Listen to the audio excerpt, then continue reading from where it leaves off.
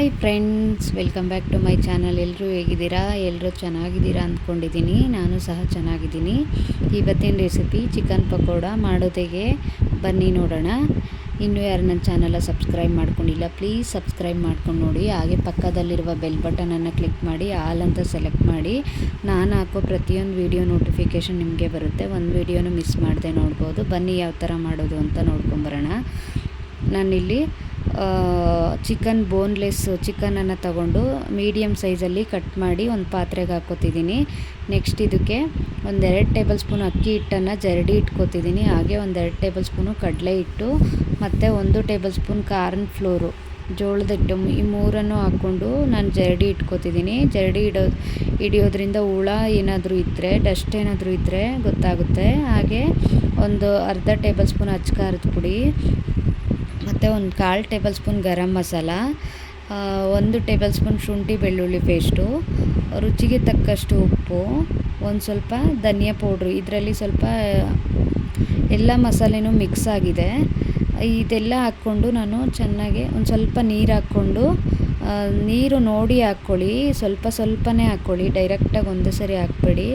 ಈ ಚಿಕನಲ್ಲಿ ಆಲ್ರೆಡಿ ನೀರಿದೆ ಅಲ್ವಾ, ಸ್ವಲ್ಪ ನೋಡಿಕೊಂಡು ಹಾಕ್ಕೊಂಡು ಮಿಕ್ಸ್ ಮಾಡ್ಕೊಳ್ಳಿ, ಚೆನ್ನಾಗಿ ಕಲಿಸ್ಕೊಡಿ.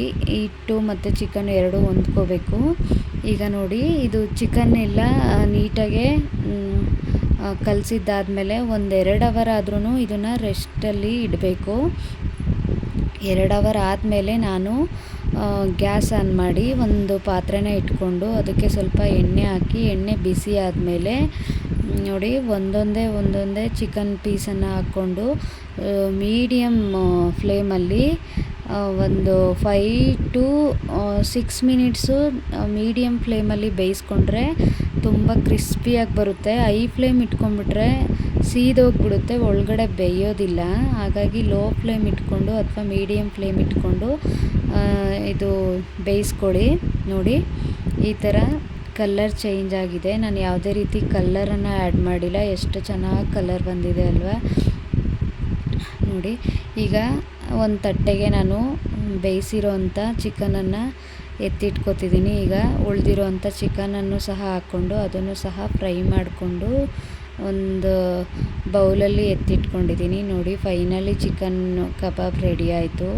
ತುಂಬಾ ಈಸಿಯಾಗಿ ಯಾವುದೇ ರೀತಿ ಕಲ್ಲರನ್ನು ಆ್ಯಡ್ ಮಾಡ್ದೇ ಆರಾಮಾಗಿ ಮನೇಲಿ ಮಾಡ್ಕೋಬೋದು. ಇದಕ್ಕೆ ನಾನು ಕೊತ್ತಂಬರಿ ಸೊಪ್ಪು ಮತ್ತು ಕರ್ಬೇವಿನ ಸೊಪ್ಪನ್ನು ಹಾಕ್ಕೋಬೋದು. ನಾನಿಲ್ಲಿ ಅದನ್ನು ಹಾಕ್ಕೊಂಡಿಲ್ಲ, ನೀವು ಹಾಕ್ಕೊಳ್ಳಿ, ತುಂಬ ಚೆನ್ನಾಗಿ ಬರುತ್ತೆ.